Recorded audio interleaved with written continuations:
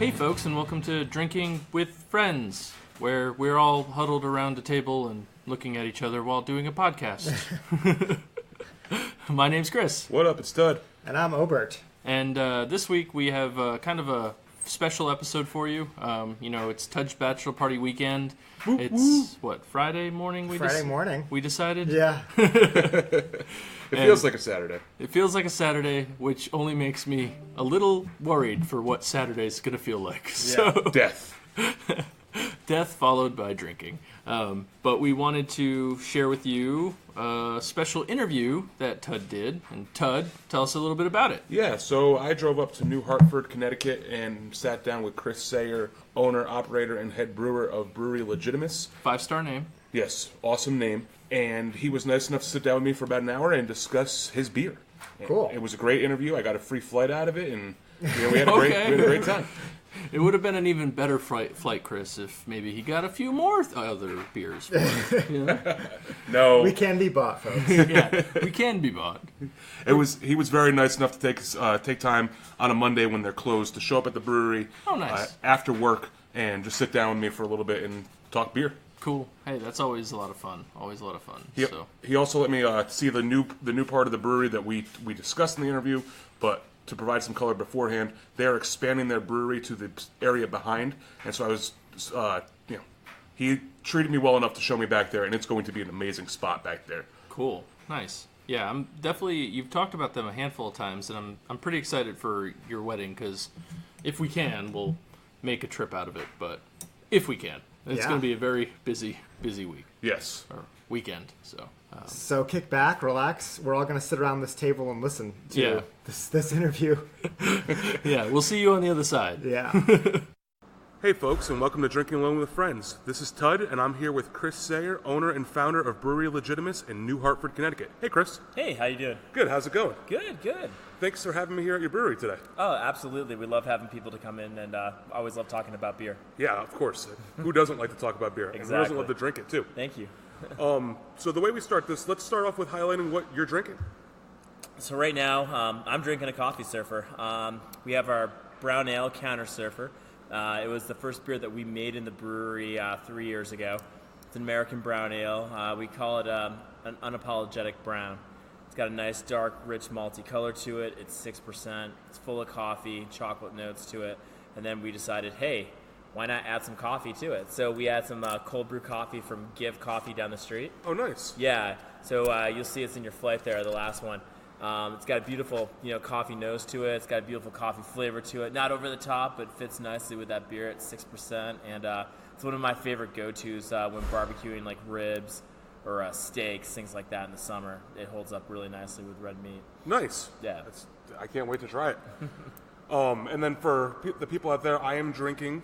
Right now, you're drinking the Tower for the People, which is a beer that we did with the Friends La Hubline Tower in Simsbury. Okay. Up in our neck of the woods, when you drive around, you always see that tower on the hill. Yeah. I think just about everyone in the State's seen that tower on the hill at some point. That's Hubline Tower. It's part of a state park now. It needs maintenance. It needs renovation. So Friends of Hubline Tower helped to do that, and we are working with them to help raise money for the Hubline Tower. So $1 from every pint goes to help the restoration and the maintenance of the tower.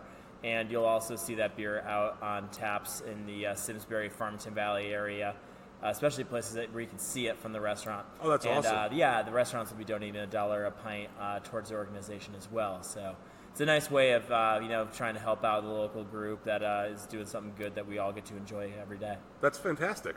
I love when breweries give back to the community like that. Absolutely. It's an important part for any business, to contribute back and to be a part of your community. So let's start out with, what's your story? How did you get into brewing? It's a long story, as always, but, in summary, I started, I went over to Belgium in 1998 to study comparative European politics, the European Union and all of that, and I didn't even drink beer.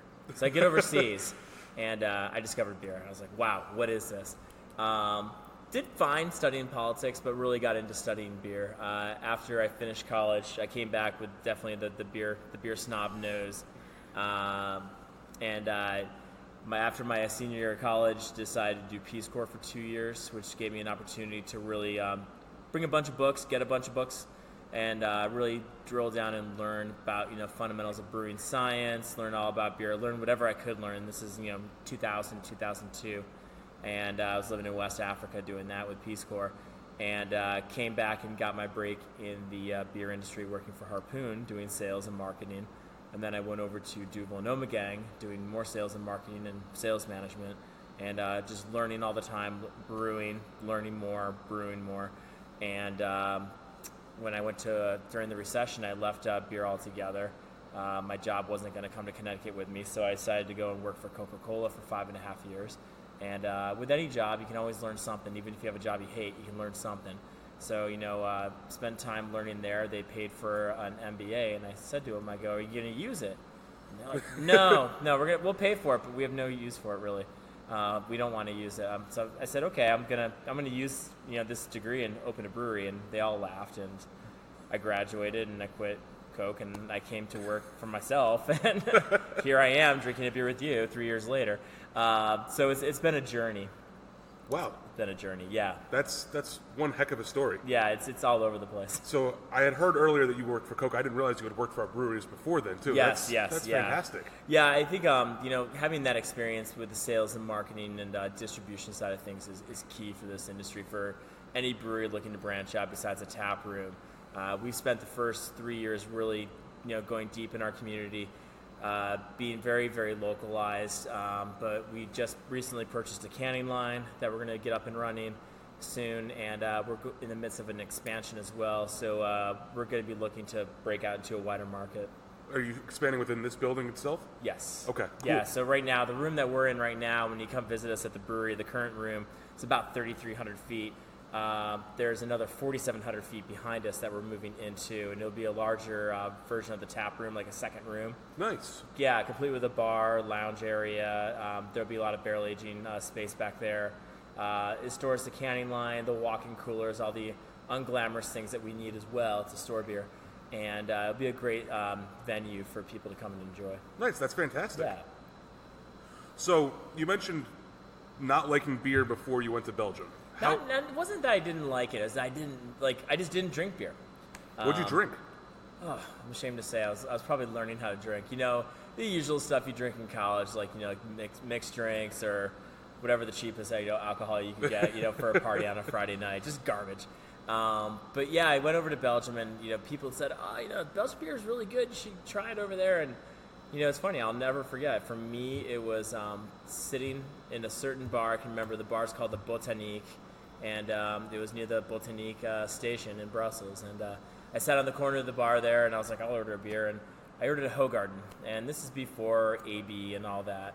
In 1998, I ordered a Hoegaarden Special, and I had the beer, and it was like, I don't know, you ever have that experience where you remember a dish that your grandma made or that your mom made, and you really know that was like that food memory? It was my wake-up moment. I was like, wow, what is this? This is completely different from beers I'd tried in the past or beers I'd seen in the past, and I was just mesmerized, and I really caught the bug right there. This is one kind of beer. What does this beer taste like? And what does that beer taste like? And what makes this one different from that one? So Belgium, then and now, it's a playground for beers. Yeah. And when I started working for Harpoon, I could almost confidently say that I'd had beers from every brewery east of the Mississippi. And if I said that now, I'd sound like an idiot. But I couldn't even say that about Connecticut. This industry has flourished so much that there are constantly new beers coming out from breweries I've never heard of, and even ones that I know well. There's always a new beer that I haven't tried. So it's a great time, to be a beer drinker and to get to enjoy the diversity that is out there just within our own state, much less the East Coast or this country or Belgium or whatever. And you see a lot of American influence across seas. We went to France and Belgium last fall, and I was amazed to see how the Citra, Mosaic, and those juicy hops have really pervaded the Belgian beer culture with younger drinkers, and they're starting to have much more hoppy offerings. Really? Yeah, it was pretty surprising.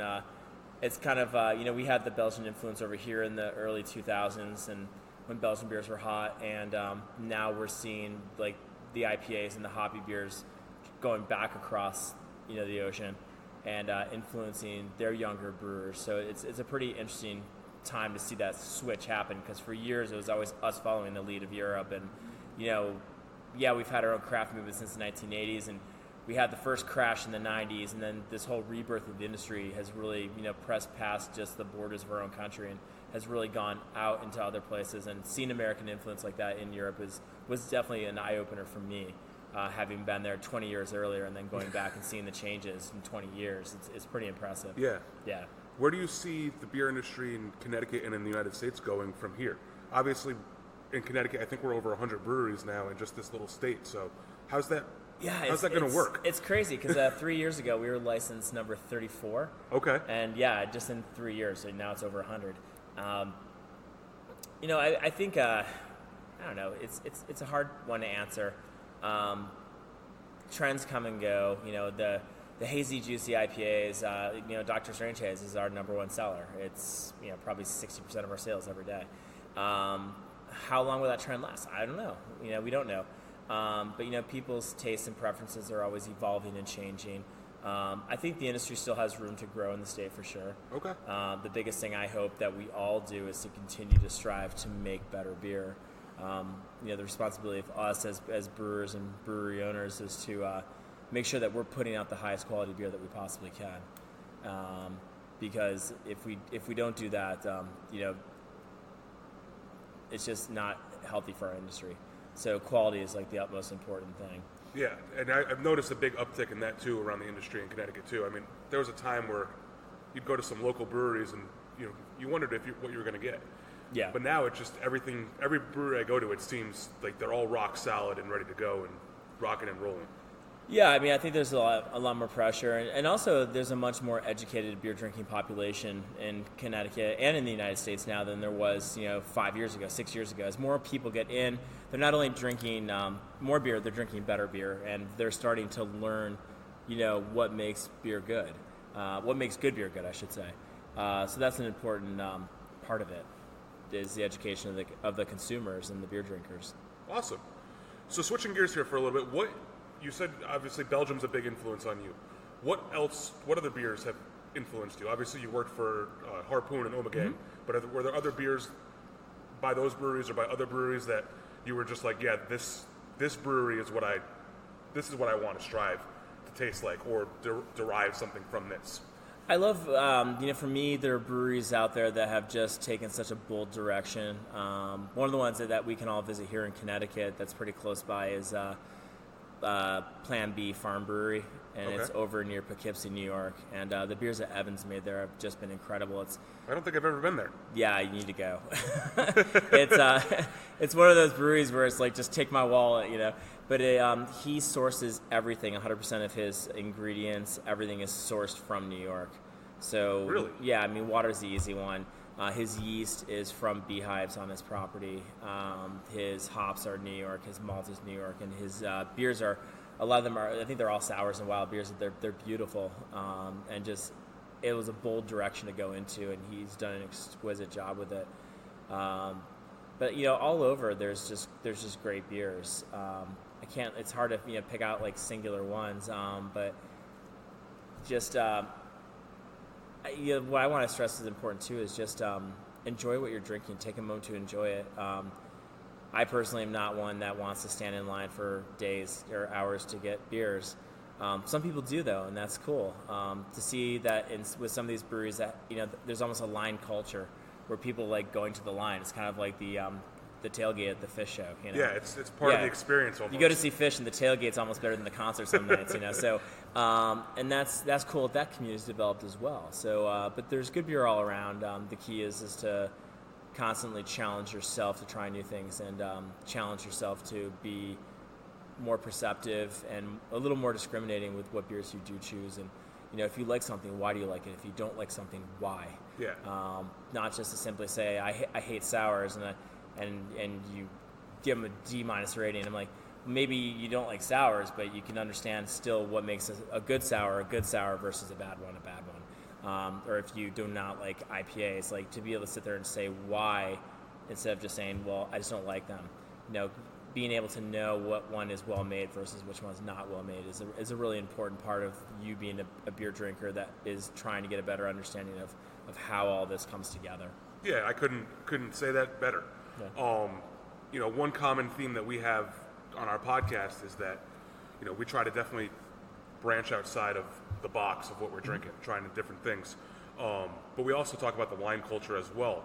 And I personally don't believe that it's there's too much good beer now to go sit in a line for an hour or 2 hours or 3 hours when you could come to Brewery Legitimus and get a beer as soon as you walk through the door.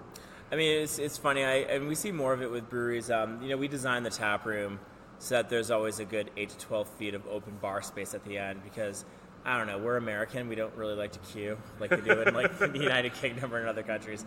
So it's always fun to, you want to get your beer and you want to get back to hanging with your friends because that social aspect of beer is really what's so important at the end of the day. I remember sitting around a couple years ago at an upstart brewery, and the company was absolutely incredible, and the beer was absolutely awful. And we still had a great time because the company was so good. Like, I saw people I hadn't seen in 10, 15 years, and it didn't even matter, what the beer was doing that day for them. It was just that we were all just hanging out together. Right. The beer's always had a very social aspect to it, and with the tap room here, we have large tables. We want you to get your beer quickly and get back to your friends, get back to your people that you're with, because that's really what it's about. Yeah, and I mean, college kids must know the secret to this because they sit around and drink awful beer, but it's always the company that they're keeping. Exactly. So, what's your favorite beer to brew? What style would you say that's it? It's like choosing a favorite child. I think, for me, some of the more challenging beers that we make are the lagers because there's nowhere to hide. And so, technically it's a much harder beer to make because if you make a mistake, there's not a way to correct it as easily or to hide it or, I've been to places where there's been faults with beers and they've just dry hopped it to oblivion to hide the fault. Lagers are kind of in the nude, there's really nowhere to hide. One of my favorite beers to make here, our Belgian Wit that you're going to be drinking next there, it looks like, is one of my favorites. The spice balance is such a challenge that's a lot of the fun with it. And also just how that yeast works is very unique. I also really enjoy brewing our Satan's Kingdom, and I enjoy brewing Strange Haze because with the Strange Haze, it's got all the hops and all the bells and whistles and things that you see with the IPAs, but it's making it consistently. That's the fun part, and to have you hit that every single time is what we strive to do. So now, are there any unique features that you're throwing into the Strange Haze to give it that flavor, or no? I think the thing that with all the IPAs, especially the New England style IPAs, it's how you treat your water that really makes it special. And we use for our grain bill, it's 2-row carapils, dextrin malt, and oats, and that's it. We use Citra and Mosaic. We use London 3 yeast like a lot of people do, but what we hold to ourselves, and I think other breweries do this too, is how we treat the water, because that's what really makes our IPA ours versus you and yours. And it's the softness that you get with those beers. There's a certain way that they feel, and it's the way that you treat your water that really brings that around. So when you mean treat, are you talking like low pH or high pH, or no? Is it something more or less, it's the different mashing enzymes that you're looking to release with the different salts and additions. So a lot of breweries use gypsum or calcium chloride. They're mineral salts that you add to the water to change the buffering capacity of certain reactions that are happening in the mash, and these salts, and you can look them up. Water chemistry is such a fun part of brewing. We use everything from Epsom salt and table salt to calcium chloride to gypsum to there's a couple others. Chalk is another one. There's all these things that can add different nuances to the ingredients that you're making the beer with. Interesting. Yeah. I did not know that. It's water chemistry is a huge part of it. I know everybody loves to be the artist, but it's the scientist at the end of the day that can really win it and bring it home. The artist is fun, but the scientist is the work. So with any brewery, there's a lot going on with biology, chemistry, and physics that you need to know in the background to make your beer good and consistent. Nice. So what's your favorite type of beer to drink then? My favorite ones to drink. Lately it's been lagers. It's like I said, our Belgian wit I haven't been able to keep out of. The warmer weather, definitely like, Kolsch's, Pilsners. I tend to be personally more of a session drinker. I like to have a couple and sit down and spend, a couple hours talking. In the winter, I tend to gravitate a little more towards the stouts, although Tom M always says that it's always stout season. He's right, it is. He's always claiming that online. I see him all over the place. Absolutely. We always have a stout on Tom. We do our Where's Winter, which is our Irish stout, 4% stout. You'll see me drinking that in the evenings here. If I'm not working, I love to have a beer and just walk around and talk with customers and just learn a little more about them. Nice. Yeah. So what do you think? And we've kind of touched on this, but now you mentioned Tom M's name too. What do you think about the Connecticut beer culture? I think with any culture, it's constantly developing. I think 99% of the people are there to learn, and I think really it's to put it simply, it's a constantly developing thing. We take a stance here at the brewery. I love reading blogs. I love reading those things. I don't actively participate in them or throw an opinion out or a judgment, because that's not what this is about. But it's a nice opportunity to learn. It's a great opportunity for beer drinkers to see what other people are trying and to get out there and try things too, or to know what to look for. Because they're like I said, there are so many breweries, and here we are up in the northwest corner, and there's not a lot of breweries up here yet. So you see a lot of it. They're coming. There's a couple coming. Yeah, we got Little Red Barn up the street. We got they're going to open next month. We got Norbrook. We've got we jokingly call it the 4 on 44 is what it's been lately, but it's growing, and more people will come out this way with more breweries. I think it's fun to get in the car and know that you're going to go to 2 or 3 breweries. Yeah. And see them in an afternoon. And that's another part of that culture that's developed. 10 years ago that didn't exist. The tasting room environment was non-existent in Connecticut. So seeing that develop is a really nice thing. And for a lot of the breweries, the tap room is really the lifeline for educating consumers, but also to just as a generator of income for the brewery to function.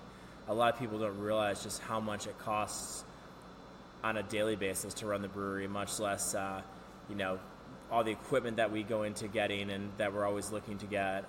It's very capital intensive. So we love having a tap room where people can come see us, and they can actually come here and see the improvements that we put in constantly. This room that we're in has evolved a lot in 3 years.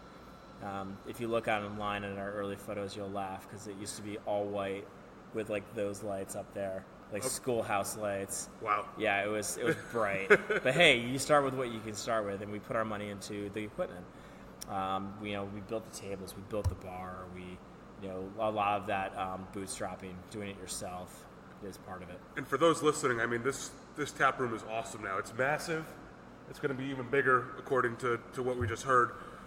It's painted green. It's got fantastic lighting. Those Edison bulbs, is that what I'm going to make fun of you and see, where do you see green? Are those walls not green? Those are black. Those are black? They look green to me. Okay, so... Might be time to get your eyes checked, man. Woo! Yeah, no, you'll come here very quickly. You'll realize that our favorite color is black.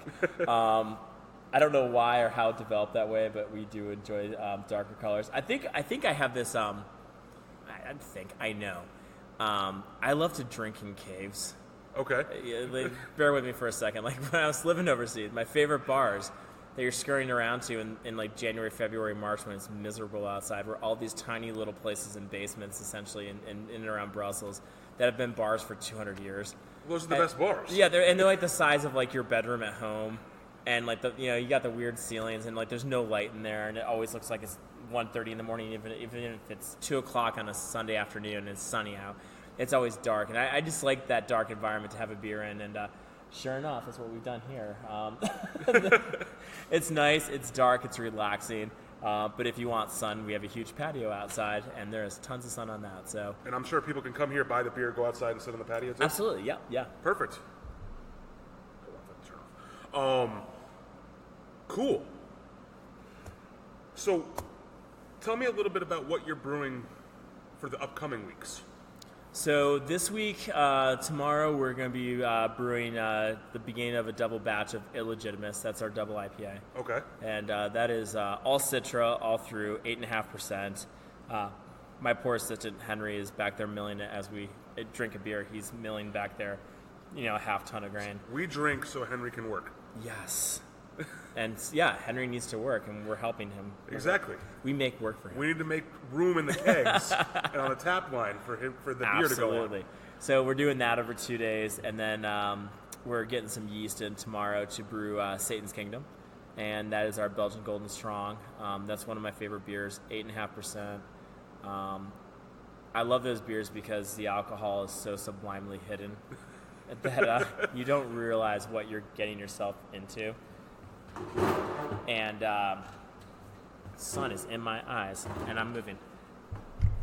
So the devil's in the details with that one. People are like, "Oh my gosh, it's so complex. What's in this?" And it's one of those beers that's very yeast forward. So we use Pilsner malt and sugar, and that's it for the grain bill. Really? Yes. And the yeast is really the star of that beer. We add our hops, just some Saaz or some East Kent Golding.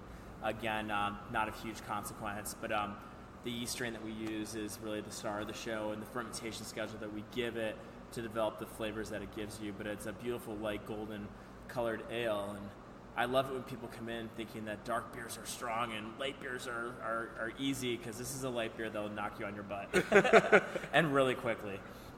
So when you mentioned fermentation schedules, what are you doing to that to give it the flavor? Because obviously if you just had water and yeast and a little bit of sugar. With your fermentations, it controls the level of activity that the yeast are going through, and the warmer it is, the more excited they get, and when they get excited and work faster, they release a lot more esters, and those are those fruity notes, banana notes, and you get some of those or clove or phenolic notes. Those things all come off of a lot of times fermentation temperature. So with a lot of the Belgian beers, Saison's a great example, how flavorful a Saison is. Oftentimes, breweries will ramp those up into the upper 70s, 80s. I've heard of them even going into the 90s.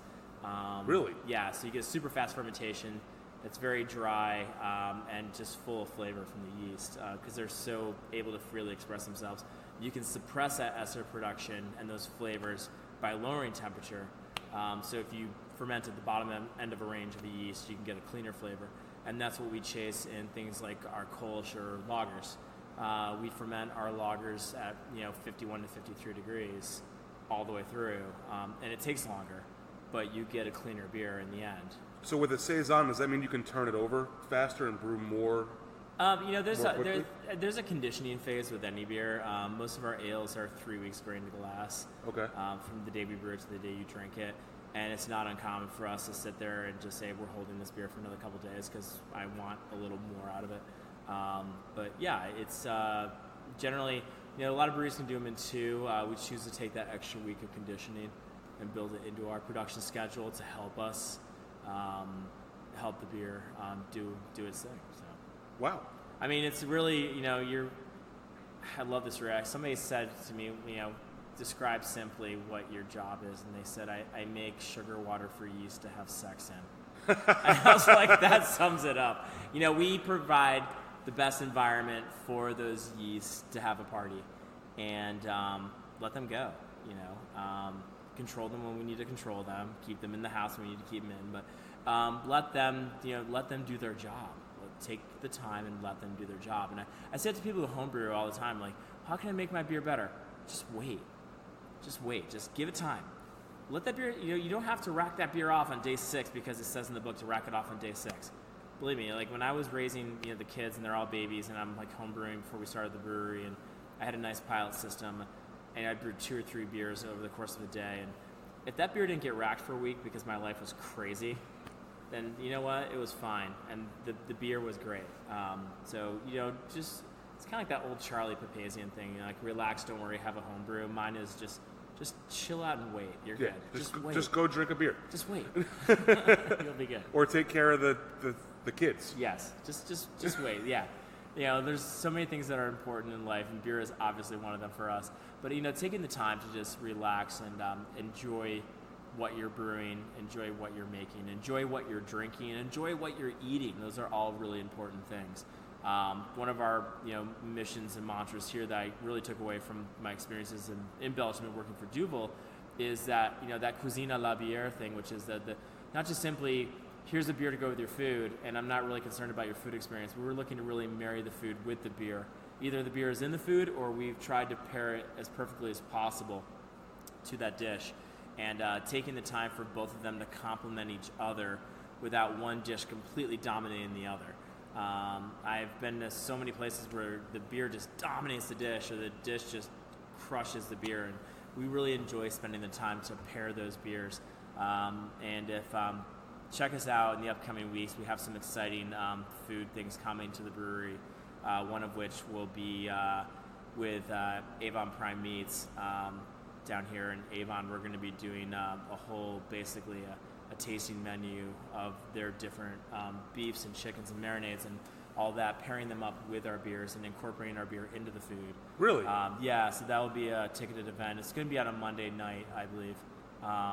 And it's, things like that is what, I like to do to make us a little bit different. Now, are you going to be cooking as well?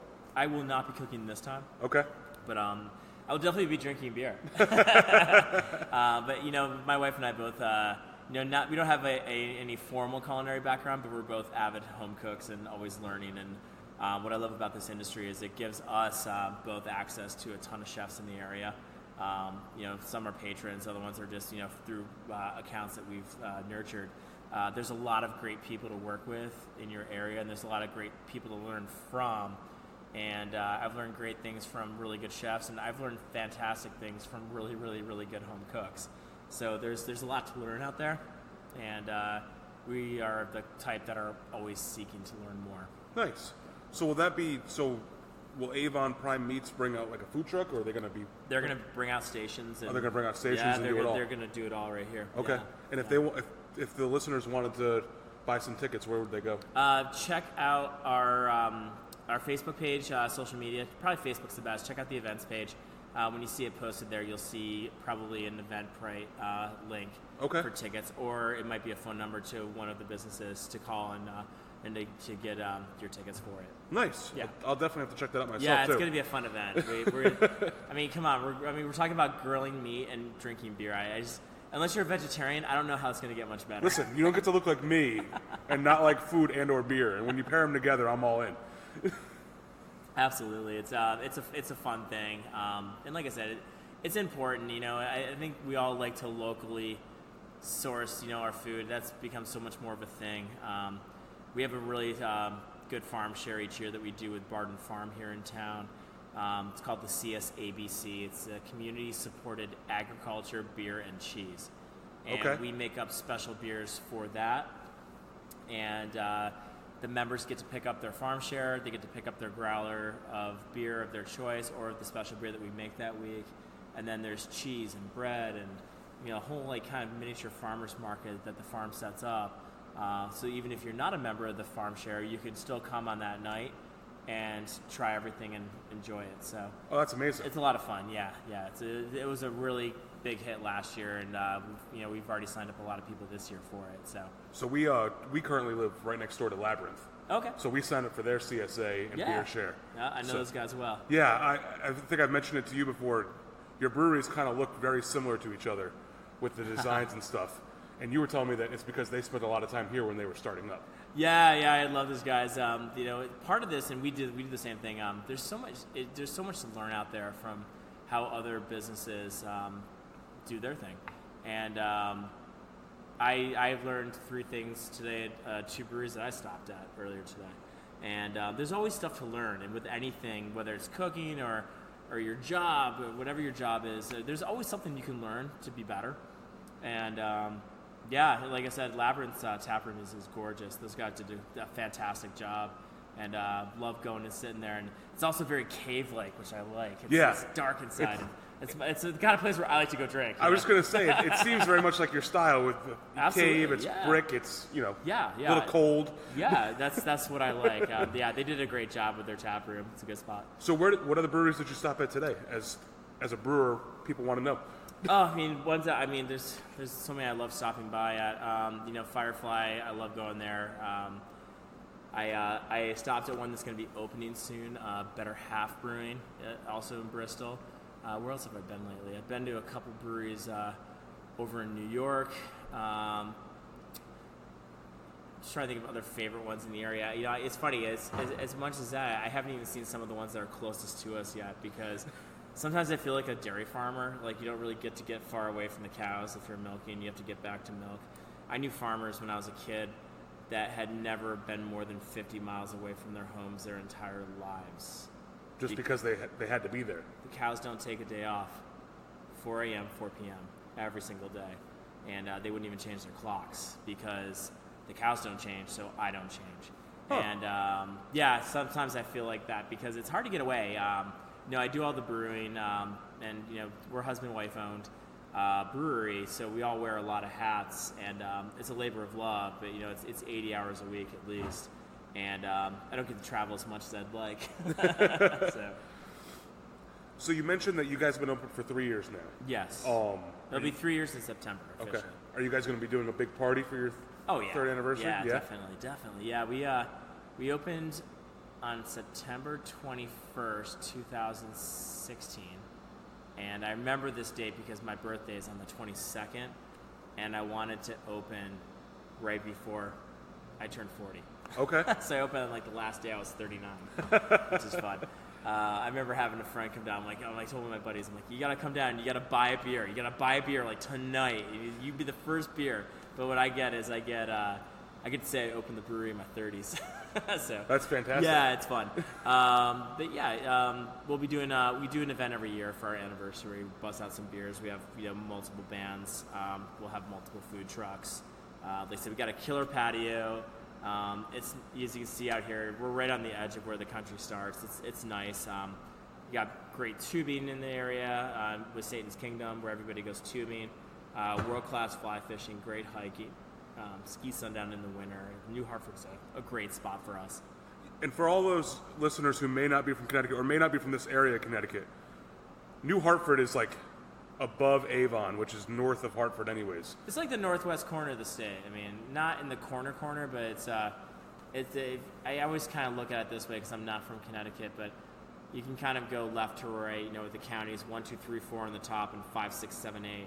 And we're on the borders of 1 and 2 in that upper corner there. Okay. So we're still a good hour from the New York border. We're a good 25 minutes from the Mass border, but it's a good spot. It's not too far outside of Hartford. It's easy enough to get to via 44 or Route 8. Yeah, you're on a main road, unlike Yeah, we're right on here's 44. Certain other Connecticut breweries up in the northwest corner that are impossible to get to. Yeah, we try. I wanted to be in a spot where we had the frontage and the parking. I know in the past a lot of people would say, "Oh, site selection doesn't matter," and it does matter, even for the best of them. Treehouse had to move twice because of location, so it's location is becoming more and more important. That's the logo of real estate, right? Location. Beer needs to be accessible. That's one of the things. I want to be able to get my beer. So, we have we're gonna have full capacity for probably around 600 people when the addition's done here. But right now we have capacity, inside and outside for easily 200, 250 people. So it's a good sized tap room, which is nice. And so then one more thing, just a random question: as you're, looking around the state of Connecticut, Brewery Legitimus, you cannot choose as an answer to this, by the way. Okay. What is your favorite Connecticut brewery and why?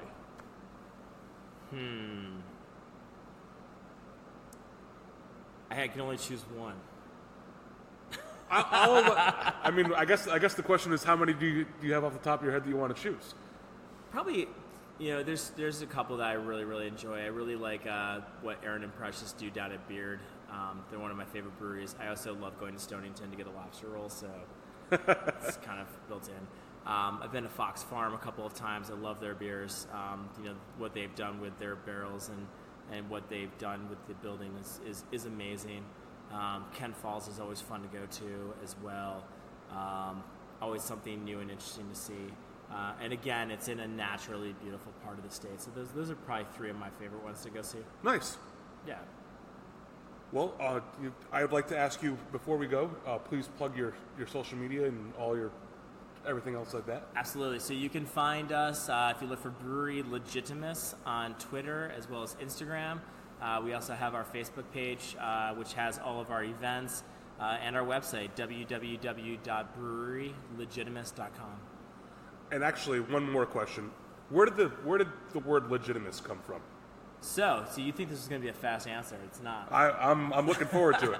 So legitimus was a word that they used at the Collins Axe Company over in Canton in the 1800s to mark on their axes. Have you ever seen the famous crown and hammer symbol in this state? Yeah. It's a crown with an arm coming through with a hammer.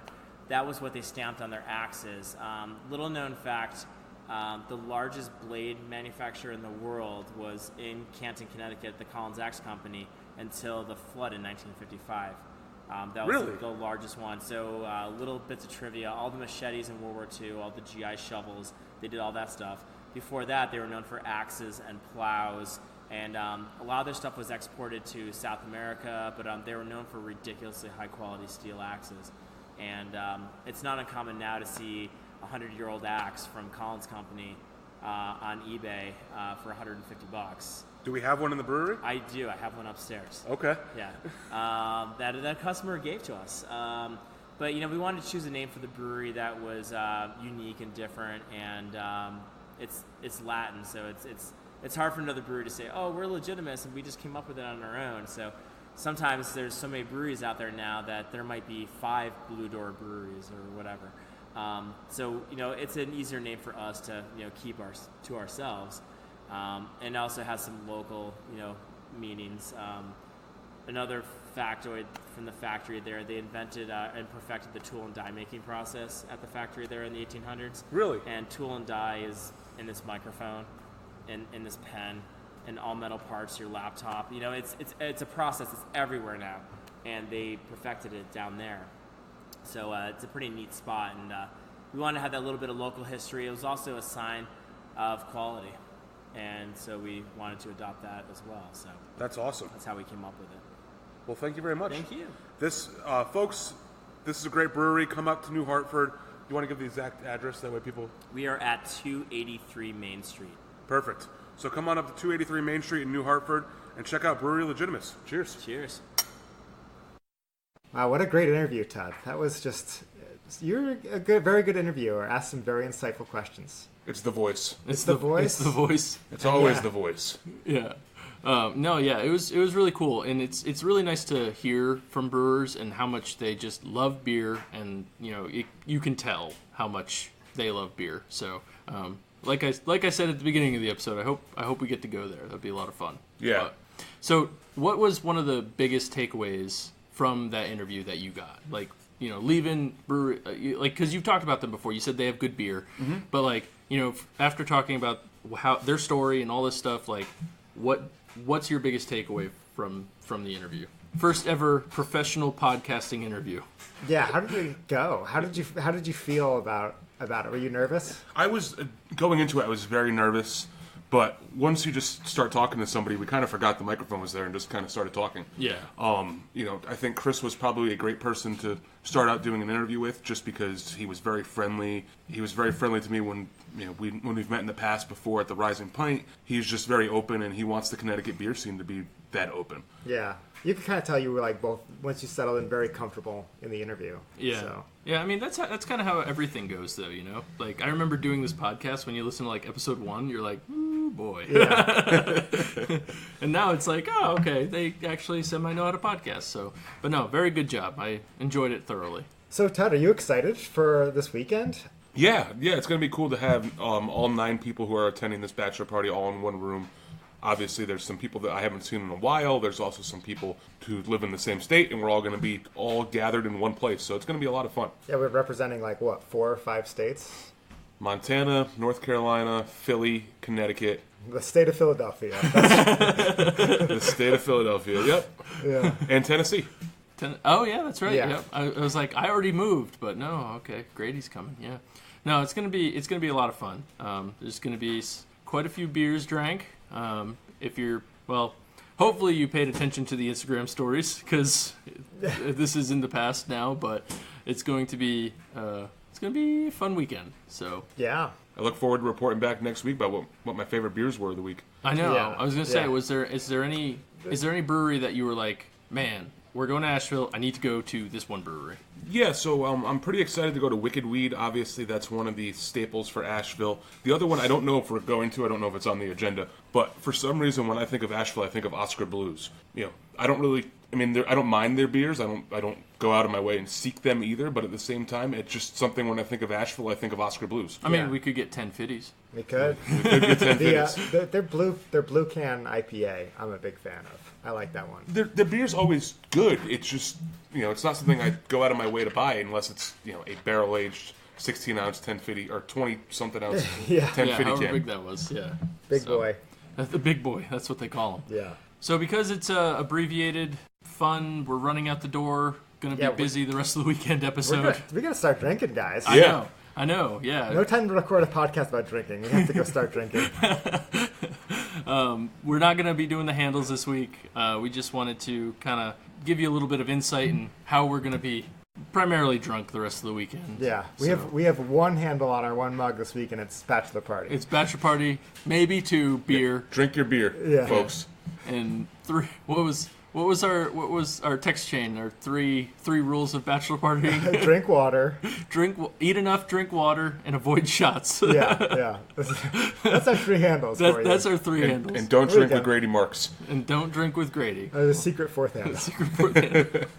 We were talking about it, and this was actually a really funny text chain that we had. But we were talking about our history at bachelor parties. Oh yeah, maybe we should do. Yeah, we've had some very interesting experiences for sure. Yeah. So, I mean, considering we were talking about it and how generally one of us at least is a mess at a bachelor party. Yeah. And throws a phone into the ocean. Throws a phone into the ocean, which one of us might have done. Yeah. I'm just saying, a lot of it is you two. Yeah. And I'm not gonna lie. A lot of it's me. But we've all been there at one point or another. Oh yeah, no, it's fun. Yeah, there's. I think the key with bachelor parties is you want to flirt the line between chaos and organized chaos. Yes. That line between throwing the phone in the ocean and not throwing the phone in the ocean. That's the good line. Yeah. Right. That line is not a very good way to live your life. But it's a great way to have stories from a bachelor party. Right. I'm always right there to throwing a phone in the ocean. Yeah. But yeah, so yeah, we were talking generally, and this is myself. As soon as shots start happening, my entire life goes to shit. So. Yeah. So no shots before 2 a.m. Maybe that should be the rule. Right. When I want to pass out anyway, maybe. But yeah, it's always a good time. I mean, there was a bachelor party, Nick's bachelor party, where I got stuck going up one escalator, and then we were in. Chris was trapped in the lobby. I was trapped. It was the most frustrating thing. I was very, very, very inebriated, and I would ride an escalator up, look for an elevator because I knew I needed to take an elevator. The elevator only had 3 floors, so I'd go back to the lobby. Then take the escalator up again. Take the escalator up again. And I did that 3 or 4 times before I finally asked for directions. Probably someone saw you and was like, "Do you need help?" Are you lost, little boy? No, I was on the phone with Dana the entire time, and somehow she you had just started dating at this point. Yeah. So it was almost 7 years ago, and for some reason she's still here. And that's when she fell in love. That's it. Yeah. She's like, "Oh God, what am I doing?" But that's probably my funniest / most embarrassing. Well, maybe not. I don't know. There's been a number of them. So. Yeah, that was the bachelor party where I think I got us kicked out of a bar because I spilled over a tray of shots. Yes. There's also the bachelor party that he threw the phone in the ocean. Yeah. Not me. Chris. Yes. Chris did. All of this shit show was from one bachelor party. Yep. So yeah. So if you follow us on Instagram, I hope you had a good show. Yeah. There might not be a phone to take an Instagram with. Yeah. But there's no ocean, so... That is True. true. That We'll is just true. do a POV from a phone, get it thrown into a fountain or something. And so with that, thank you all for listening. We're not going to thank beers today because we didn't drink any beers because they're all coming. You know what? They're all No. on the come. Thanks, beer. Yeah. Yes, thanks beer in general. Thanks, beer, for being how amazing you are. Make sure you follow us on all the social medias, Instagram, Facebook, Snapchat. Do we have Snapchat? We don't have Snapchat. Untapped at DAWF Podcast. Not Snapchat. Hashtag follow the email at dawfpodcast@gmail.com. We're kind of light on emails, so make sure you're sending your general thoughts in spite of Obert's resistance against it. I want to know what you guys are thinking at any time of the day. You wake up, you have a question, let us know. Yeah. And you can't solve it via the Google machine, we're here to help. We accept all TUD fact-checking via email. So feel free to correct some lobster spider, Connecticut, Rhode Island, general thoughts on TUD correction. We take them. As always, make sure you check out our show notes for our Amazon affiliate link. That way you guys can go on there when you're buying really, really expensive things on Amazon, as I'm sure you guys all do on a daily basis. Make sure you click on that so we get that money. Or not expensive. Really anything. I mean, if you want to buy an item on Amazon that's 1 penny, we'll take that, 1/10 of a penny as well. From cat food to engagement rings, if you're buying it on Amazon, click that link. Yeah, Yep. we should put a link in there of the most expensive thing we can find on Amazon, just so people are, they know. Just an idea. Yeah, just give them that general idea. Yeah. Also, make sure you're going on to our Patreon and subscribing. We have a lot of content now because we just do, because we've been together now for 12 hours. And special shout out to James Vakovic from James Vakovic Designs for his 3-handle mug design for our logo. And with that, my name's Dud. My name's Chris. And I'm Obert. And remember, if you're drinking alone, or if you're drinking together, do it with friends. Time to go drink, boys. Let's go. Drink it time. It's my favorite time. It's time.